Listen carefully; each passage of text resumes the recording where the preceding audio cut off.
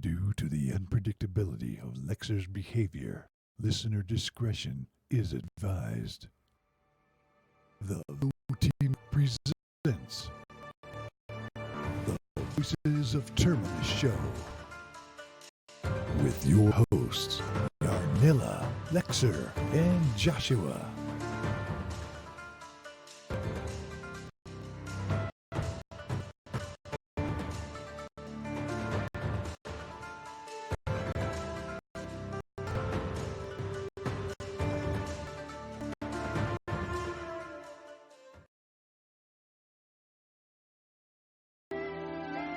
Welcome everyone to the Voice of Terminus show. I'm your host Janina, joined by Josh. Say hello, Josh. Hello. We have Lex with us. Say hello, Lex. Hi. Hi, Lex is upset. Shy's not around. Yeah, the wonderful Shy is currently on leave. She will be back in a couple of weeks. And she will be missed. There, Shy, you can't say that we don't care. I said it on stream. You will be missed. And today's topic is going to be taking a closer look at the Acclamation and Climax reveal in the newsletter, and discuss some of the thoughts and ideas that went into it, what we like, what we don't like, and we've got some stuff prepared as well to bring up. Do you guys want to say anything before we go into the whole discussion about the Acclamation and Climax, or? It's time for me to be a negative Nancy. Oh, there we have it. So let's go and kick this off, shall we? Let's go and switch over to the screen. So, what we know is there will be, at the moment, they're planning for 6 extreme climates at launch, which are going to be Frigid, Scorching, Toxic, Anaerobic, Pressure, and Wind Shear. Now, each of these extreme climates will have 5 tiers of potency. So you'll have a tier 1, tier 2, tier 3, tier 4, tier 5, as it normally is. And each climat will have its own set of core and sporadic detriments it can inflict. Now, personally, when I read that, I thought, that's good. I really like that. That it's not just going to be a core detriment that I'm going to get, but there are going to be sporadic ones that occur when I'm in a extreme climate of sorts, and that was a really good thing that I really liked about it, that there's going to be sporadic one. What do you guys think? Good idea to have sporadic components added to it instead of just slapping on one core detriment? Yeah, I'm happy.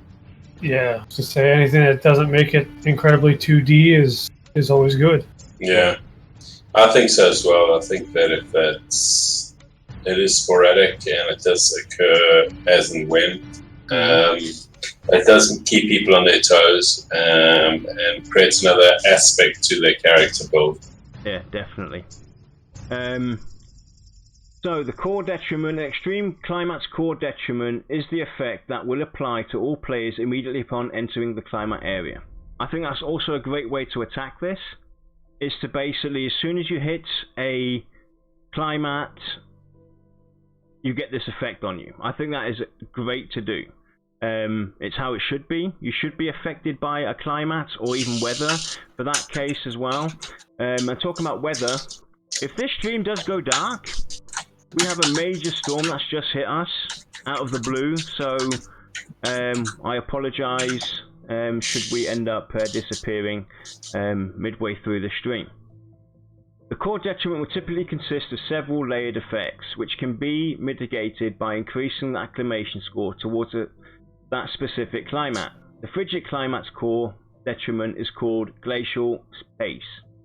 And this has the effect of a decreased movement speed, a decreased attack speed, an increased casting time, an increased cooldown time of abilities. That makes sense, obviously. And when you're in a cold area, obviously, your movement over time is definitely going to decrease, because you're going to get colder and colder. You're not going to be able to, run fast unendlessly. Your reaction time is obviously going to be affected, which will automatically affect your attack speed. And you're going to take longer to use your abilities because you're shivering. So that definitely makes sense. That was a great way. That's the perfect. I think that's the perfect approach for the core detriment of the overall look. Now let's go and have a look at the. Just before you move on. Yes. Frigid's fairly easy with the cold and everything like that. How do you think they would do scorching, toxic, anaerobic, pressure, and wind shear? Right, scorching. Scorching, I think, has to do with heat, obviously. So yeah. I think it's going to be based on a similar thing, because when you're really hot, you're not going to be able to move as fast as well. You're going to be out of pace constantly. You're going to be sweating a lot. You lose your endurance a lot quicker. Your endurance, exactly. So maybe the endurance will be affected. But then again, the question is: does every character, or does every race, or do all the classes have endurance that goes down? So that's something I have to think about. Maybe, like for instance, your mana or endurance is affected. Your mana actually doesn't build up as fast. Correct. It doesn't regenerate as fast because you're obviously dehydrating, etc. You could have also an increased casting time, because your reaction obviously is also going to be affected. So at the end of the day, Frigid and Scorching have a similar effect because they are, they're basically the counterparts of each other. It's hot or it's cold. Toxic, maybe certain abilities have a debuff on them. So like for instance my heal, if I'm a healer for instance, my heal might not be as effective as it should be normally. Let's say my heal heals you for 50 points, but now I'm in a toxic climate, it now only heals for 40. Or as a fighter, your hits don't do as much damage because your toxic has weakened you. Mm-hmm. So your strength is decreased, for instance. Yeah. And your agility might be increased. Any physical attribute might be decreased due to the toxic. Yeah. Definitely. Anaerobic, guys, explain that term to me. If I remember correctly, it's basically lack of oxygen. I could be wrong. My English sucks. So that's a lack of oxygen. Again, that affects your endurance. That's pretty much simple. Yeah. You're gonna die. Yeah, exactly. You can't breathe, so obviously, But it would be cool if it affected like your screen, so that's like your character's gonna black out. Mm-hmm. Yeah, you have, exactly. Like, the more you're affected by it, your screen at the edges starts to blacken. Yeah, blacken a bit. Yeah. So there's definitely ways to affect these individual ones. Wind shear, for instance, you're not going to do as much damage when swinging your sword, for instance, because of the wind shear. Or you might fall. Or something like that. But so there's definitely ways for them to affect these extreme climates, these core detriments, as they've put it. And I think if done right, there can be some cool effects that can happen. Because with the whole climate system, I want to be challenged. I love the fact that they've added this system into it, and it's not just something that is going to appear sporadically. It's going to be all over the place. And I hope they do it right. Yeah. So let's have a look at the sporadic ones, the ones that occur while you're in a climate. So in contrast, extreme climates will also have their own unique sporadic detriments, which have a chance of occurring as long as the player remains in the climate area. Makes sense, obviously. The chance a player will be affected by a sporadic detriment depends on the tier of the climate and their personal acclamation score. Now, before we get into it, later on we'll talk about that acclamation score a little bit later. We'll just go through this first, and then we'll talk about the things that aren't as inspiring as we thought they would be. Currently, the sporadic detriments for the frigid climate are frozen lungs, Player takes a jolt of damage, losing X% of maximum health based on the climate tier. While Frozen Lungs is active, endurance will drain until empty and will not regenerate by natural means until Frozen Lungs is no longer in effect. So it sounds like that Frozen Lungs will be something where no race, no player, or no player will be able to counteract with. It sounds like it's a dot that you have, and as long as it's on you and it ticks down, you're gone. It disappears. Go on, Lex. What if your character doesn't have lungs because gnomes don't have lungs? Good question. So that might be that might be the racial. And Arakai as well. Yeah, don't forget that they said. Don't forget that they said as well that there's going to be multiple ways which you can acclimate, which we'll talk about later. But there's going to be gear. There's going to be your racial bonuses or acclimation bonuses that you have. So that could be the case that the gnomes will be unaffected by this, or maybe the Arkai. And let's think about the Mir. We have only one lung. So it might not affect us as long as someone with two lungs. So that's the first one that they have. I like it. I think it's good. It definitely sounds like there's something where nobody can really interact with. So a healer wouldn't be able to cure you of frozen lungs. It's one of those effects that I would be crossing everything that can be crossed, hoping that it doesn't hit me. Yeah, definitely. And it's something that is going to keep you on your toes as well. It's going to keep people on their toes. Frostbite. Players take a jolt of damage, losing X% of maximum health based on the climate tier. Places a counter on the player that will last until the player leaves the climate area. At 5 stacks of Frostbite, the player will be unable to engage in melee or range attacks, and spellcasting will become disabled. The chances Frostbite will occur will increase dramatically in higher tier frigid climates. What are you guys' thoughts on this? I'm seeing a pattern. Yeah, same. Of taking damage, and I hope this pattern breaks, because it's like, I mean, I know frostbite hurts. I've had it, but if everything is just causing damage and then having effect, honestly, just having the effect probably would have had a greater impact. Yeah. Now, when we talk about frostbite, we know what a frostbite can do. It can be pretty damaging to the human body, or to anybody, basically. So you get if it goes far enough, you could end up losing a limb. Mm-hmm. Yeah, lose your foot, lose your hand, lose your arm, lose your leg, whatever, lose your ear.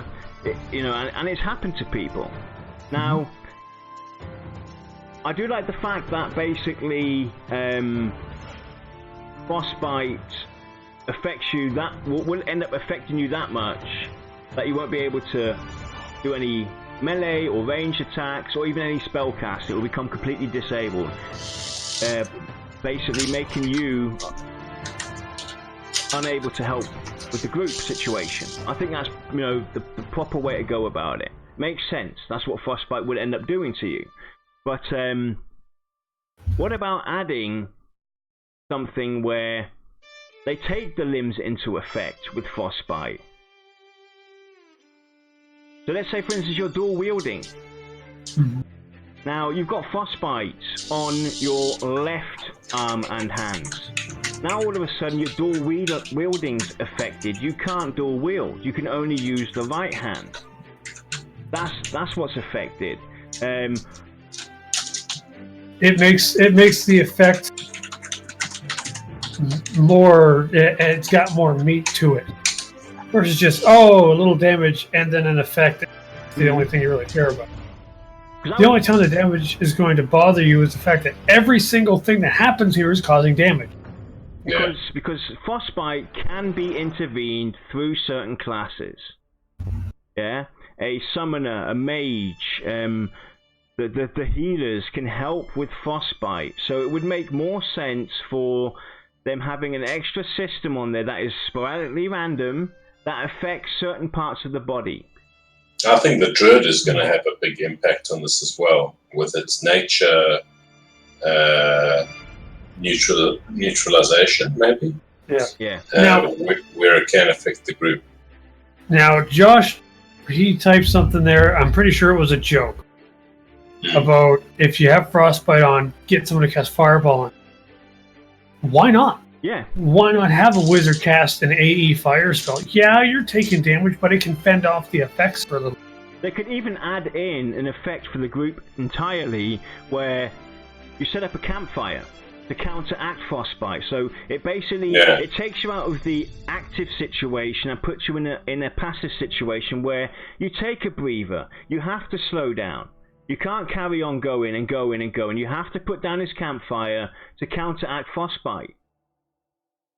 Yeah. You know. Exactly. Yeah. It basically takes like a dungeon crawl situation and really puts like a major obstacle in your way that you have to overcome. Mm-hmm. Now you can go ahead and do your glyphs or whatever the heck you want, but if you want a real challenge, try going in with no glyphs. You know, I mean, as long as it's feasible. Yeah. Like the campfire I did, that would make it feasible. You go 50 meters and then you drop a campfire. You recover. You wait till the effects out. You go again. It's not that these climates need to just flat out stop you. It's that they need to pose challenge. Yeah. So let's go and read the third one, and then we can get into the whole pattern situation. So, hypothermia. This effect can only occur if at least one of the sporadic detriment is active on the player. Player takes a jolt of damage, losing X% of maximum health based on the climate tier. While hypothermia is active, the player will lose Y amount of health every second until the player is dead or hypothermia is cured. Now that makes sense that you can cure it. I like the fact that they've added that little added dot to it. But if we look at the pattern now, a jolt of damage, a jolt of damage, a jolt of damage. It's like, we get it. It's very uninspiring. Yes. Honestly, you can get rid of the jolt of damage on 2 of the 3, boost the effects on the other 2, and you're probably better off. Yeah. Yeah. Barring the uninspiringness of the jolts and everything like that, I do think that crafters will play a big part in counteracting these effects in terms of surviving them. So even if you were you create food and drink, some warm tea might be able to counteract the hypothermia, for instance. Yeah, I'm sure that you know, a lot of the crafters will have some way to, or I hope that they do. I'm pretty sure that somebody does cooking or baking or whatever the skill's called, will be able to make certain herbal teas or whatever that have an effect on any given climate. You know, something like that. Or even an alchemist will have something like, for instance, toxic. The alchemist could make some kind of herbal remedy kind of thing that kind of counteracts a toxic effect that a climate brings with it. So that's definitely there's definitely going to be crafters that will be able to affect this, but the inspiring challenge is missing for me.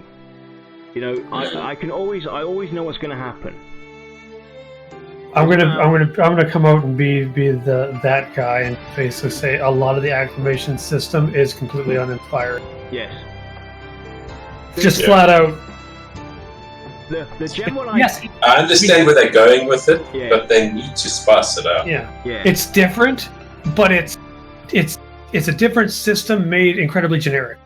Because when we read further on, and before we get into it all and the whole uninspiring aspect of things, we've already talked a bit about this before we went on air, and we will get into it and explain why we see certain things a certain way.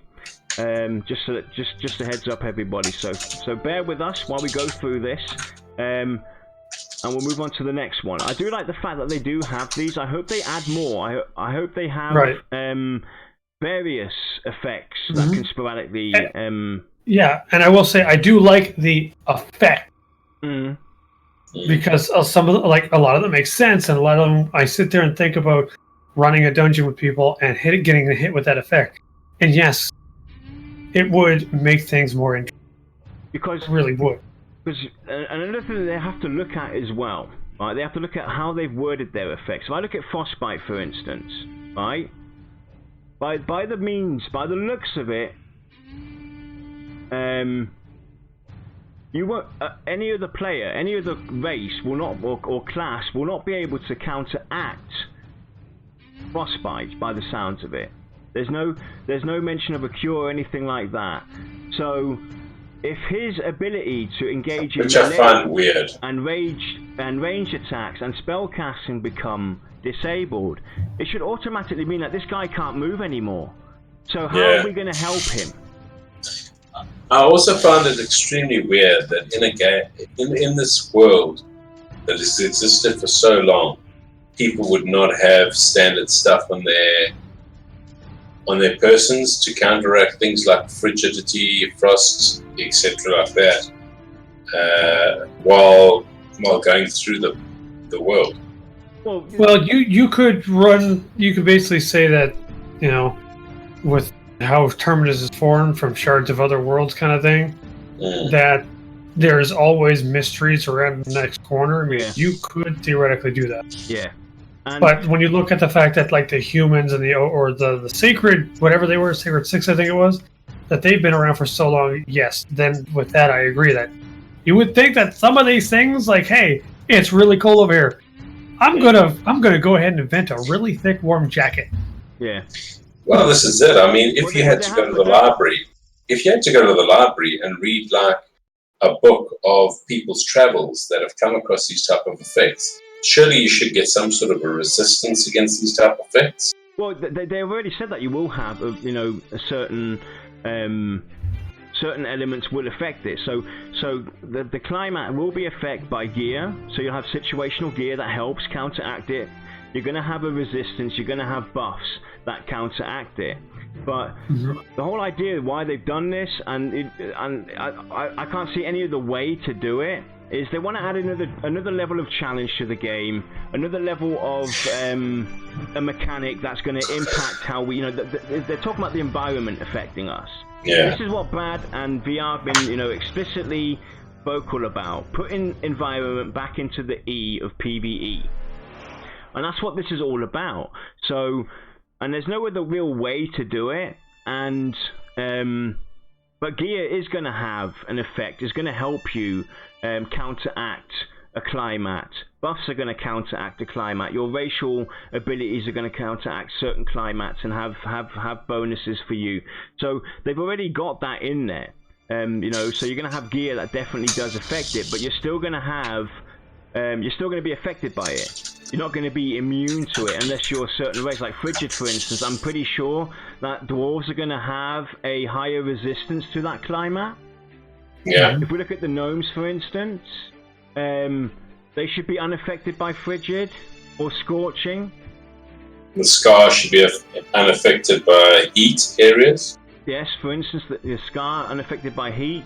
The Mere unaffected by anaerobic, for instance. And even have a bonus towards pressure, because we've only got one lung.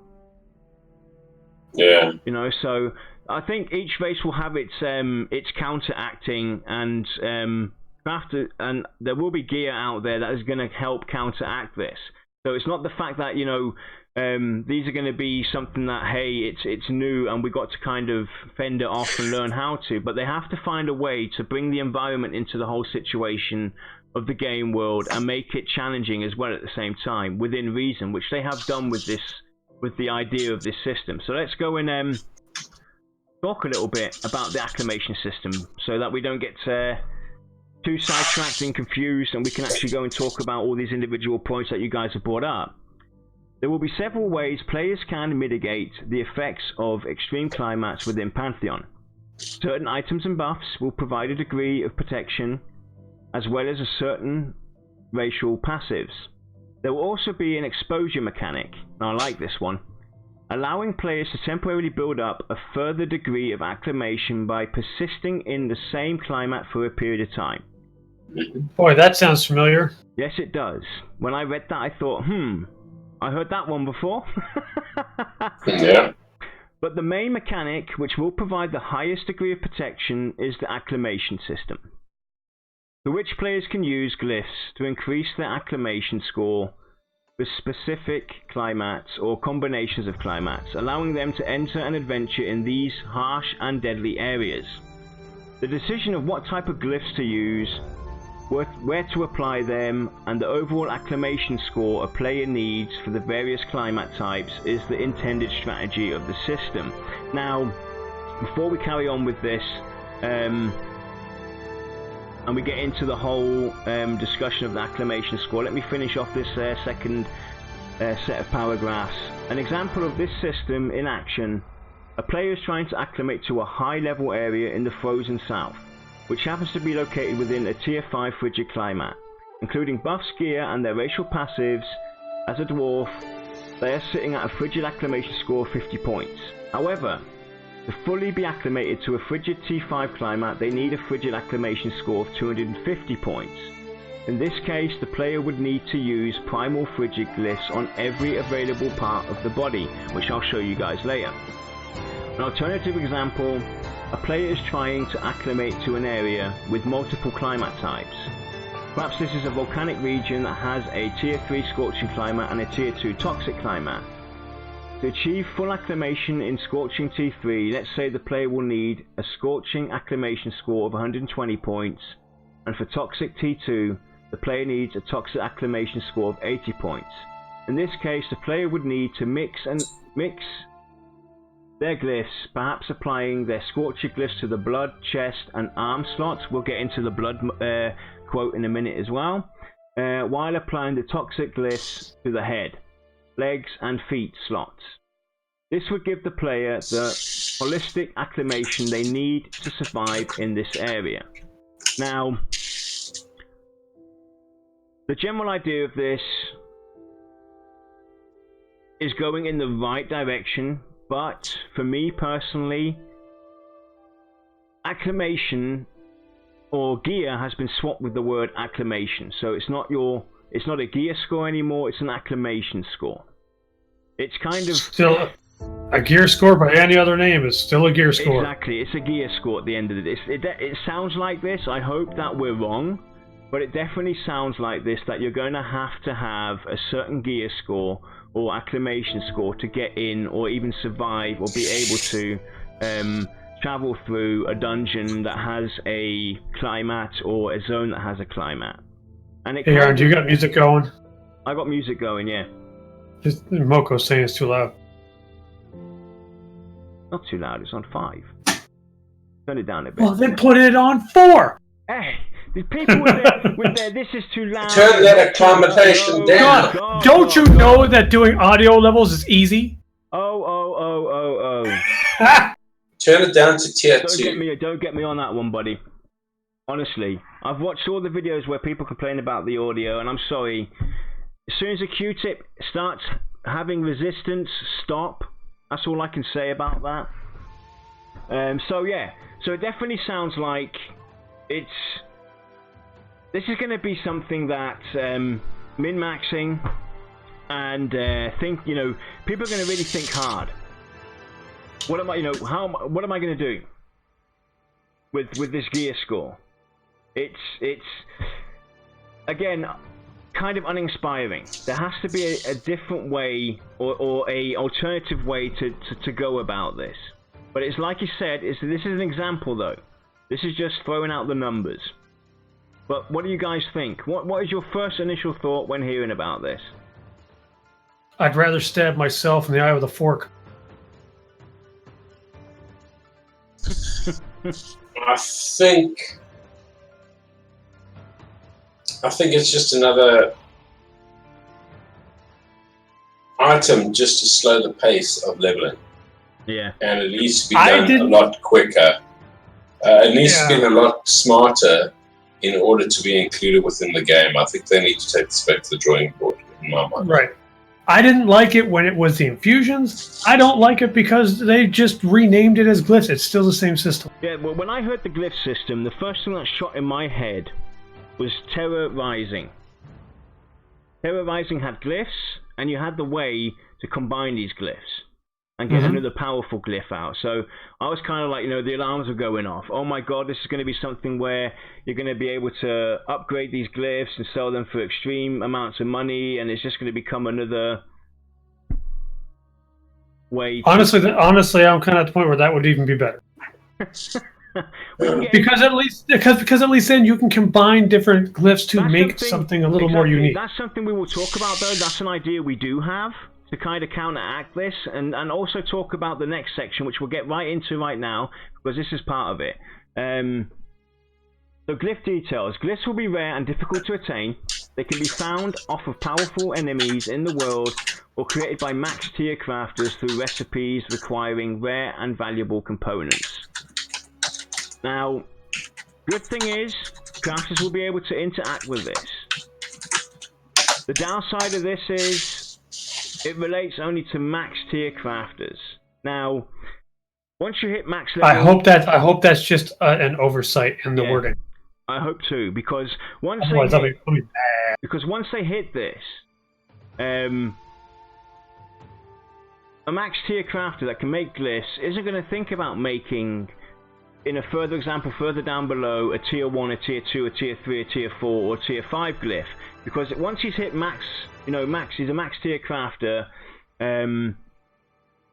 most of the time he's going to have a lot of players out there, a lot of friends in his guild, a lot of friends in his communities that are doing the adventuring side of things, that are max level, getting these rare and valuable components already prepared, and then he's just going to go and make the T5. There's no point in making the T1, T2, T3, T4. So it kind of eliminates the effect that they want to have, offering different tiers and different levels of acclamation.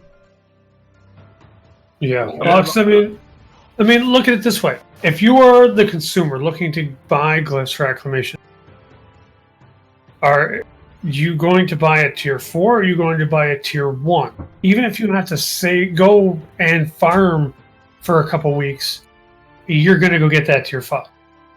Because let's face it, because they're permanent and they're basically a renamed gear score, you're going to hit instances where you can't do this or you can't do that, or you won't get an invite for this unless you've got tier 5. And these artificial limits are actually going to push people into certain crafting types. Yeah. Ex Maka says that, sorry, you pick weaponsmith, I'm a billionaire. I know that's tongue in cheek, but that is.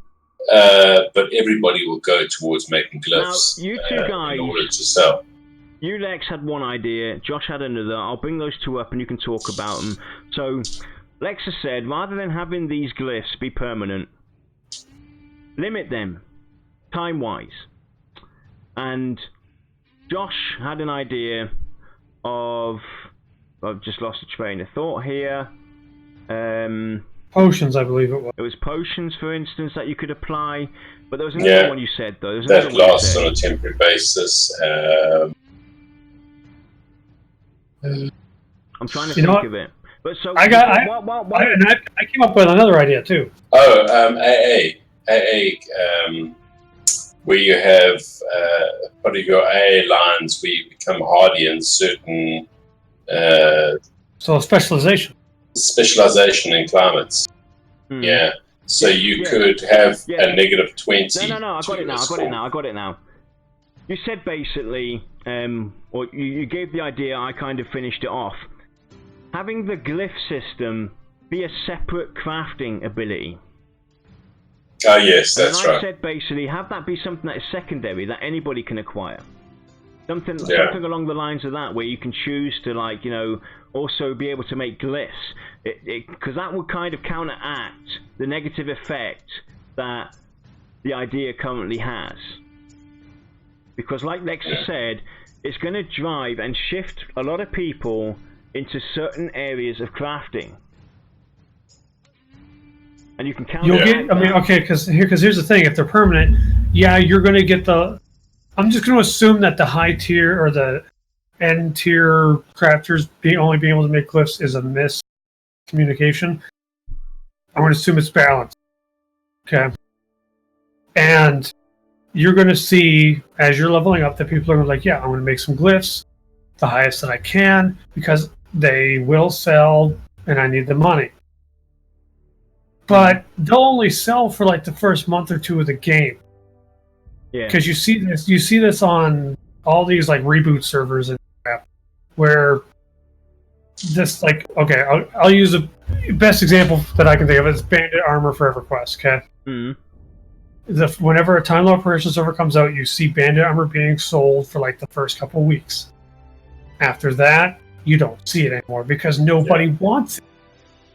And that's kind of what's going to happen. It's like, if I need Tier 5 anyway, why am I wasting my time getting Tier 1, 2, 3, and 4 when I just got to save that money and get a Tier 5? For me personally, right, and we've talked about this already on the show, we threw out an idea, and I'm going to stick to it. I think that would be the better route than going with glyphs, is actually have... You can find rare... You can find rare gear that complements your gloves, your chest piece, your legs, your arms, your helmet. So all the parts of the body that are affected by the acclimation system. I think that would be the better route to go, and you can also implement crafters into this by having the tailor or the blacksmith or the leather worker or whatever, be able to make extra padding that helps acclimate you into the system. This kind of...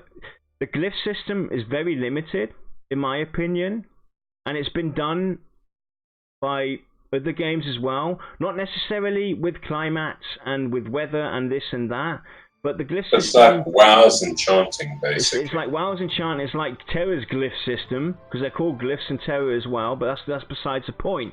But it's a very limited system.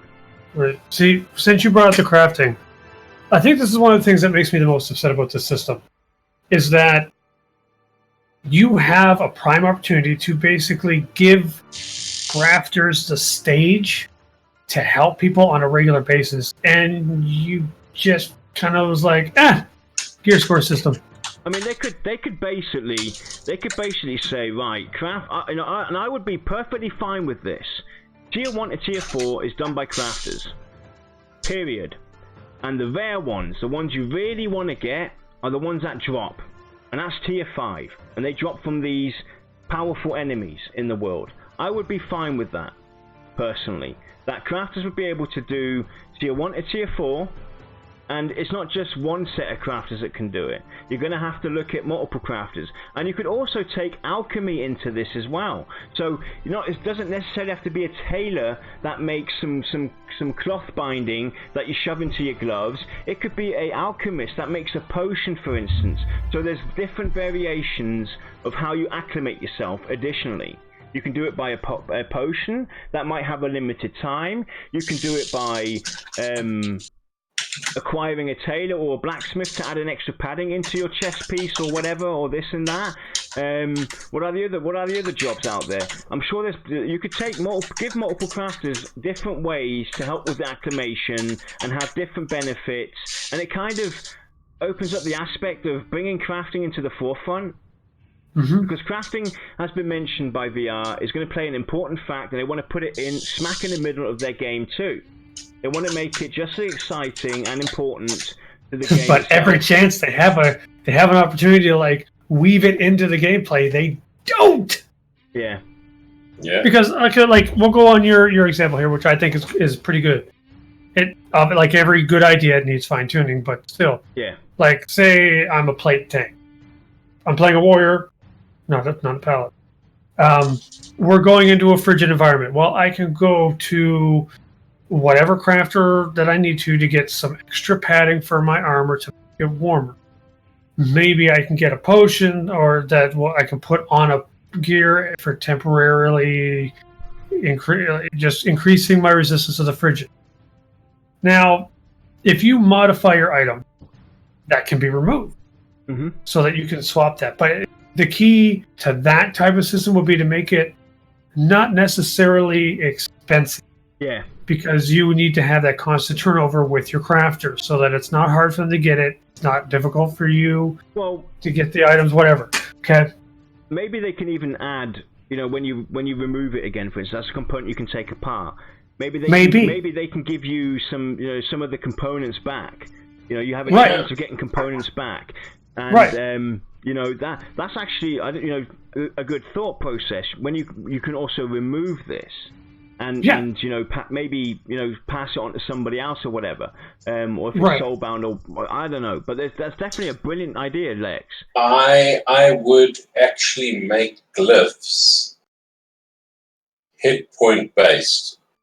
So you'd have a glyph, a T5 glyph, that absorbs 500 points of frost damage, and then it's useless. Yeah. So or just make it time. Make it a time based.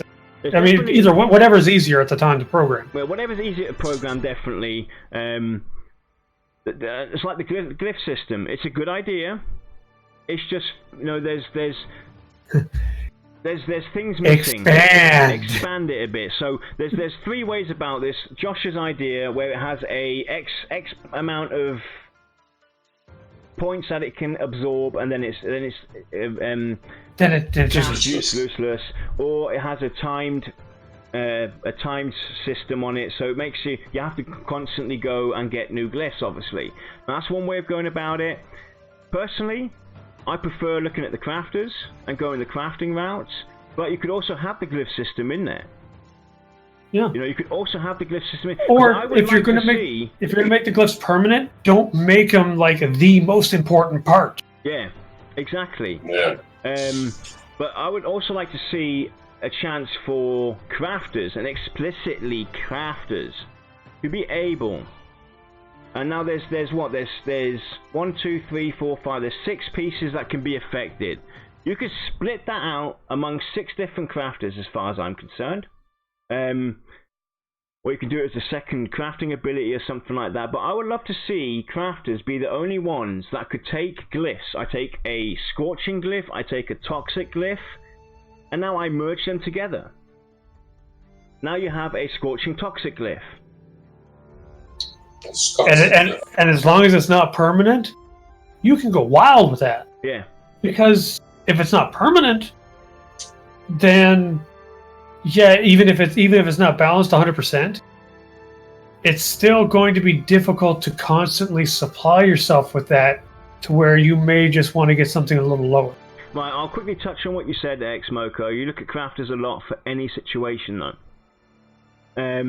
Well, it was mentioned by VR that crafting is going to be an important component. They want to bring it into the forefront again, so do it. Right. Crafting crafting in MMOs it's a means to an end. There's not been a crafting system out there. The way I see it, an MMO shouldn't just be about the adventure. It needs to be its own pillar. It needs to be its own pillar. Crafting should be its own pillar. I should be able to have just as much fun in an MMO, engaging with trade and sales and crafting and gathering, and that's all I do for 10, 15 years. The motto should be what you want to be, basically. Exactly. Right. Why does everything have to relate to the adventuring side of an MMO, and crafting gets pushed aside and becomes 2nd, 3rd, 4th, 5th rate? They've got a chance here, and crafting is a very important component to VR by the sounds of it. Remember that they've already said that some crafting gear is going to be just as equal to raid gear that can be crafted by crafters. So, yes, I do go to crafters a lot, because crafting for me, while it's important, it's not that important, but it's important to me, crafting, and I would love to see crafters actually get some love for a change and be able to enjoy the game how they want to enjoy it. Yeah. So that's the reason why I go a lot to crafting. Utilize it. Make it into a second pillar of an MMO. It's not called a massively multiplayer adventure role-playing game. It's called a massively multiplayer role-playing game. That includes online role-playing game. Online role-playing game. Sorry about that. So You know, it's not MMORPG, it's MMORPG. An RPG reflects towards adventurers, crafters, diplomats, you name it. It reflects to every single system that an MMO offers. So that's my rant of the day and my explanation. But yeah, there's definitely ways to go about this, but it needs a lot of work. Yeah, take 30 minutes away from Marathon and look at this again. Right, so let me finish off reading this, and then we'll go on and we'll talk about the final part of this. When acquired, glyphs will populate a collection list within the Acclamation window of the UI, organized according to climate type, quality, and body location. Once you have found a particular type of glyph, you will have it to use indefinitely, allowing you to mix and match your glyphs more freely as your collection grows. Glyphs will be identified by 3 parameters. Number 1, the climate type they correspond to. Number 2, the glyph quality, which determines how much it will increase your acclamation score towards that climate. And 3, the part of the body it can be applied to. An example of a low versus high level glyph would be weak frigid glyph. Chest increases frigid acclamation score by 10 points. Prime frigid glyph. Chest increases frigid acclamation score by 40 points. There are 6 parts of the body that glyphs may be applied to: head, chest, arms, leg, feet, and blood. Now, blood has us scratching our heads. Because if we look at this image here, how do you apply a glyph to blood? Blood is normally inside your system. And if we think about blood, you eat who it. doesn't have blood? No. The only way I can think you can put it onto blood is similar to the Winchester brothers in where they have a tattoo on their chest. Because this would automatically They're be wards. this would automatically be a negative for gnomes. They don't have blood. They're an electrical entity. Pretty sure our Kai don't either. Yeah. So I'm pretty sure But I'm almost positive that must be a typo. I'm sorry for beating around the bush, but I was pretty sure that meant to mean hands. Yeah. You know, if blood is the case, VR, could you please elaborate on this? It would be very interesting to hear this. It's a problem where you have your production being shipped out to the Koreans. So let's have a look at Glyph. it does kind of sound like something you find in a Korean game. Yeah. I'll make your blood. Yeah, so blood.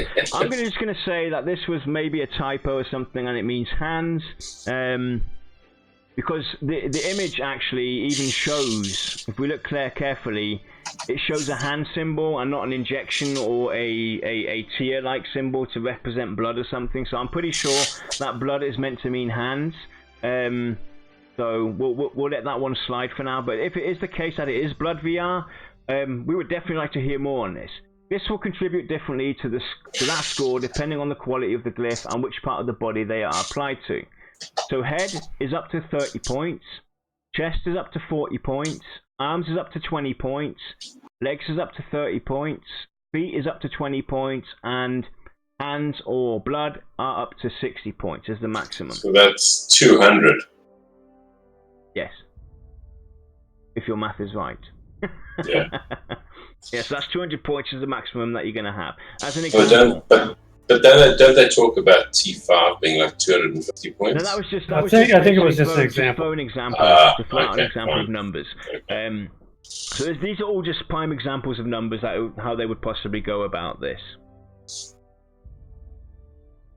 So the general idea of adding a climate resistance system on top of having buffs and gear and racial passives is a good idea, definitely, but it requires a lot of work, a lot of thought to go back into this. Personally, it does scream gear score. People are going to be out on the hunt trying to find these glyphs. I fear that the lower level glyphs will go unspoken and be forgotten. If it is only max tier crafters doing this, they're going to think twice about doing the smaller glyphs, unless they have a secondary crafting system where you have to go from tier to tier, which I doubt though. If you have to craft a tier 1 to craft a tier 2, because it's a component that you add on to, then okay. Yeah. I can understand. And that would make it again even better though. That would actually make it work. That you have to take a tier 1 to craft a tier 2, you have to take a tier 2 to craft a tier 3, and so forth. That makes it even more. That makes it interesting again. It makes it because you're still gonna have to spend money, spend time trying to find these components and everything. So that kind of. Or it also creates a market for those lower level ones to create the big ones. So it's kind of like, Yeah. So you need like 2 to create the next tier up type thing. Yeah, maybe. Actually, that's a cool idea. You could even go this way. You need either 2 tier 1s to create a tier 2, or you take, if you want to create a tier 3, you need either 3 tier 1s or a tier 2 and a tier 1 to create a tier 3, and so forth and so forth. It's a good way to to add a money sink to the economy, to make it interesting to all the players and the crafters out there. Yeah. And it kind of makes the system work now. It's not as bad as it is in its current state. I do think as well that once you get to like the tier 5 or the ultra rare ones, that you might need like a tier 2 tier 4s, for instance, plus a rare raid drop or rare boss drop added to that to create a tier 5. So they could add to the complexity that way. Yeah. And that would make the glyph system work, definitely, I think, personally. That would add that twist. It would kind of eliminate the whole crafting situation that we have. But they still have to think about the acclamation score in itself. How that's going to work. Like Lexa mentioned, not have it be a primary system. Have that be something that is still there, but it's not the primary focus. Yeah. So, wow. From the first Acclamation video, I kind of feel like all I'm doing is sitting here. But it does have me excited, though. It does have me excited. Overall, the way that Acclamation and the climax are going to work, having the sporadic effects hit you. I like the fact that basically once you hit a climax, you're affected by some form of fashion, and you have some kind of detriments on you, like decreased movement speed, attack speed, this, that, and the other. I also like. I'm going to say the foundation is there. Yeah. And it is pretty. The potential solid. is there. It's pretty solid. It needs some fine tuning for sure. The one thing for me as well is that it's going to separate the organized from the disorganized guilds.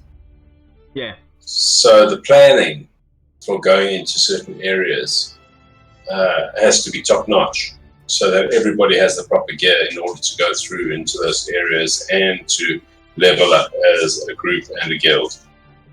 Yeah, definitely.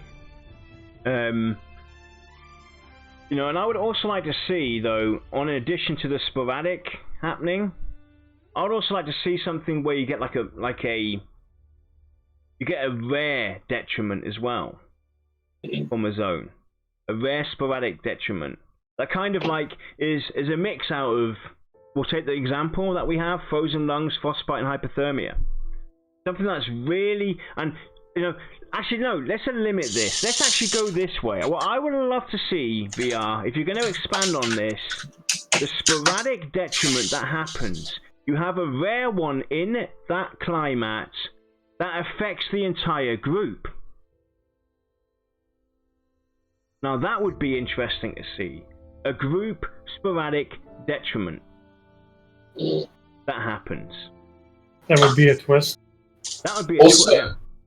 Yeah, I also think that certain items that drop may be specific towards acclimatization, neutralization. So you might have things like a spike, which you stick in the ground that covers a certain area that everybody can rest in that neutralizes that climate effect. Yeah. Things like that, which actually adds to the game itself. So there's definite benefits to having the system, but it needs to be clever. And somebody's away. I can't read that.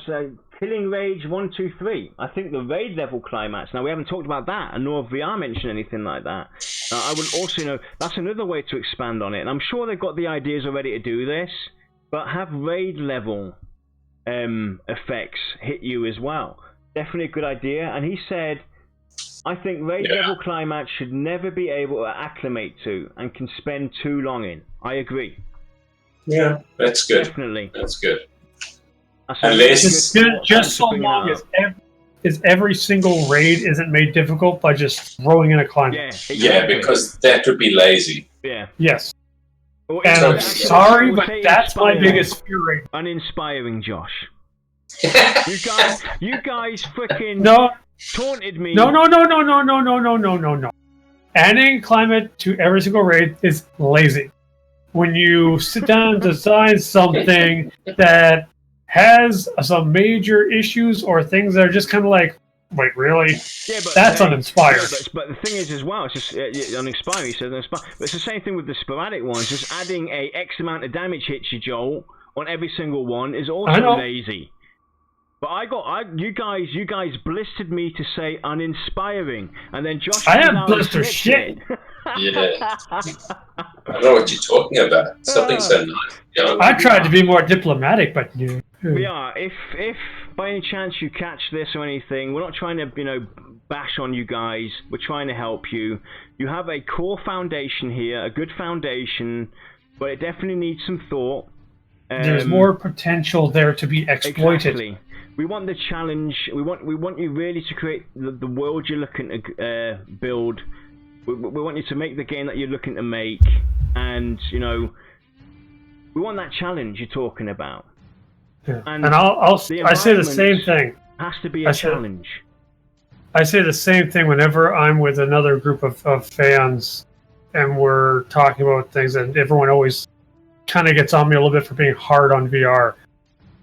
But if you don't have people that are going to be hard on your ideas, then where's the desire or drive to improve them? Now, side note to this though, I think the Acclamation and Climax system is going to be balls of fun for PvP servers. This is going to be so cool for the PvP as well. Yep. If they get this right, I think PvP is going to be very interesting. Having the Acclamation and the Climax and the environment also be another thing you got to think about, not just beating other players, the offensive group or something like that. You don't have to think about NPCs attacking you and players attacking you. You've now got the environment, and having the sporadic detriments and the core detriment affecting you, and if you give it some more thought, I think that this would be a great system, and it would also make me want to see what it's like in PvP. I don't like PvP normally, but just for the sake of just seeing how this really affects you in PvP, you would get me on a PvP server with this. Just saying. I wouldn't, stay there or, be there long, but I'd have a look, definitely. So there's definitely some, you're on a good track here, but personally I think there can be more done. Yep. Yeah. I also think that the druid or the shaman play a big part in the game if VR get them right, because they can counteract a lot of these things, and they will be very helpful in raids in this regard. Yeah, it's definitely going to be interesting to see, and I hope that VR do come out with further information as they proceed along, because we've bashed on this now and talked about this. We've thrown out ideas and everything, but we don't know we don't have the whole picture. We don't know how are the classes, how are the races going to affect this. How is the gear going to affect this? Maybe half of No. what we talked about is already, on their playbook, or in their thought process. It would be good to have further detail on this, because, we want to make this system great, just as you guys want to make it great and make it fun. So, hopefully VR can share some further insight on this. Maybe we can try and get a dev on that has something to do with the acclamation system and knows a little bit about how gear, spells, and this and that might affect, that they can maybe talk to us about. We'll have to see if we can do something like that, Lex and Josh, get something set up. We'll have to figure out. Because I'm excited for this system. Very excited for it. Even though I've bashed on it today, I'm very excited for it. It's got a great foundation. It's got a huge potential. And I want to see this succeed. Nothing succeeds like a budgie. Anyway, guys, we made that in under an hour. I thought this was going to take a bit longer. Or have you got any other thoughts to this, guys? You've pretty much said it all. I mean, yeah, the potential is there, but just you gotta start taking the risk. Nobody wants a gear score. No, and that's honestly all I see. It's like a permanent slot with a score, and you're gonna need a certain score to do certain things. That's your score. Yeah. I agree, and I mirror Ex Machina saying I want it great, but I want it fun, and I don't want it a grocery list either. Right. So yeah, every single person that's looking into Pantheon for the last 5 years, even people who are looking into it tomorrow, they want a great game. They want the game that will stop them from having to feel like they have to jump to a new game because people do really silly things. But we don't want this to devolve into basically a giant checklist of what I need to do. And the thing is as well, my final thought is here, right? I'm going to bring a negative, but also the positive of it. We know that you guys are taking big risks. You've taken huge risks in this genre with your game. You've redefined how gnomes look. You've redefined how the dwarves are, acclimated and it's not. You've kind of redefined what a dark elf is with a dark me. You've redefined how the Ix are. You've gone that extra mile with the races. You've gone that extra mile to 90% with the classes as well, and you've now brought this acclamation system, and that's where you kind of took a shortcut. We know you can do better. We know you can. You've proven it already. You've taken risks. Why stop now? That's all I can say. Go for it, VR. Go back into your room and think about what you've done. Yes. We have your back.